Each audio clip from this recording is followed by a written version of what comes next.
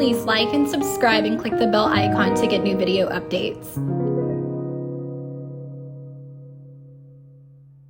Hello folks, welcome to King Cole 1965. I'm your host Danny Lamar Evans. Today's video is part 2 of the working relationship between Nat King Cole and Ralph Carmichael. I'll be discussing the album The Touch of Your Lips and the Nat King Cole story. And if you haven't subscribed to the channel, all you got to do is like and subscribe, click that bell icon, and you will be notified for all my future videos. Following quickly on the success of the Christmas album, Nat and Ralph went back into the studio for the next project. It was an album of standards, with the majority of the songs being taken from what is often called the Great American Songbook. This LP was released in 1961, was titled The Touch of Your Lips.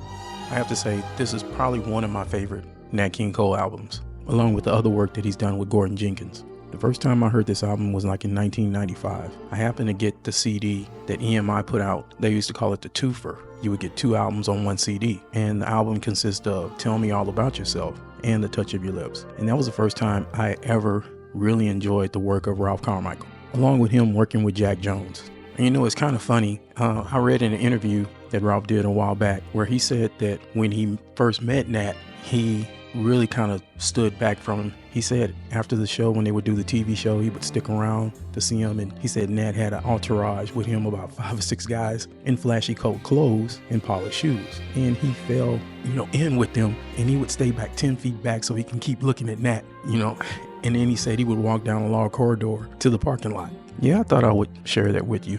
Recording took place December 22nd, 1960 and December 23rd, 1960 at Capitol Studios at Studio B in Hollywood. The first song that was recorded during that session was I Remember You, Sunday, Monday, or Always, A Nightingale in Berkeley Square, My Need for You, and The Touch of Your Lips, and Poinciana. When it comes to that song, Poinciana, it has that classic Capitol reverb, especially when Nat starts beginning with the song. You can hear the echo, and then he kind of comes into it.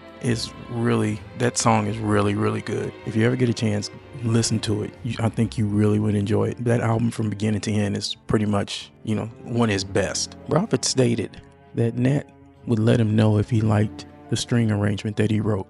He liked the other clusters. He said when he put together using 4 parts for violins, 2 parts for violas, and 2 parts for the cello.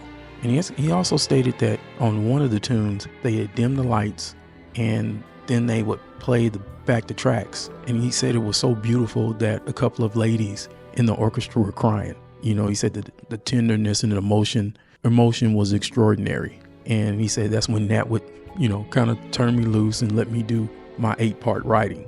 Now we're going to be diving into the Nat King Cole story. You know what, Ralph? It's not moving fast enough underneath. Master 23,583, take 15.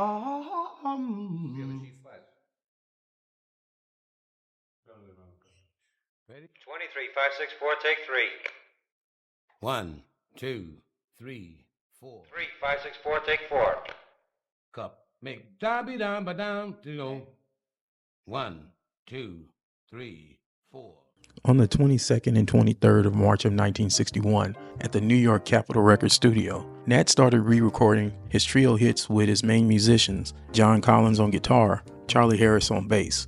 Since Nat had been in New York for a disc jockeys convention, and he was performing at the Copacabana for a month, Ralph and Nat reconnected on March 24th in 1961 at the New York studios to start recording some of his previous hits.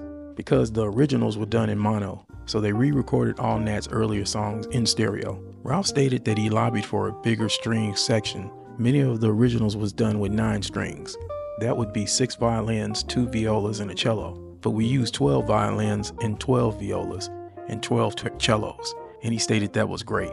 The Nat King Cole story included some of Nat's jazz hits, such as Straighten Up and Fly Right, It Is Only a Paper Moon, Get Your Kicks on Route 66, and, of course, there were the classics, For Sentimental Reasons, Mona Lisa, Smile, and Unforgettable, plus many more. Plus a tune that Nat had re-recorded 3 previous times, The Christmas Song, was included in a new stereo mix.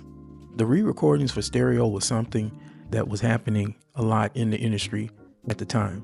Many of the original arrangements could not be located at the time of the recordings in New York, so transcripts, takedowns were done by several New York arrangers who helped out. For example, Russ Case, Klaus Ogerman. Richard West was supposed to do the arrangement for Lush Life, but he got too busy and never finished it. So they did that back in LA, and at the last minute, Pete Ragul found his original score and was brought in to conduct the remake. The Nat King Cole story was nominated for Album of the Year at the Grammy Awards, but they didn't win, and the project was re-released in 1991 by Capitol Records as a 2-CD set, and in the mid-2000s, it was remastered by Steve Hoffman for vinyl. That will do it on my story on the working relationship between Nat King Cole and Ralph Carmichael. Stay tuned for part 3 of this video. And as always, please like and subscribe to the channel. Click that bell icon to get new video updates. Take care.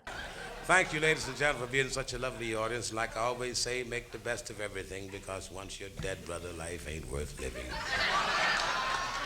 This is our lovely way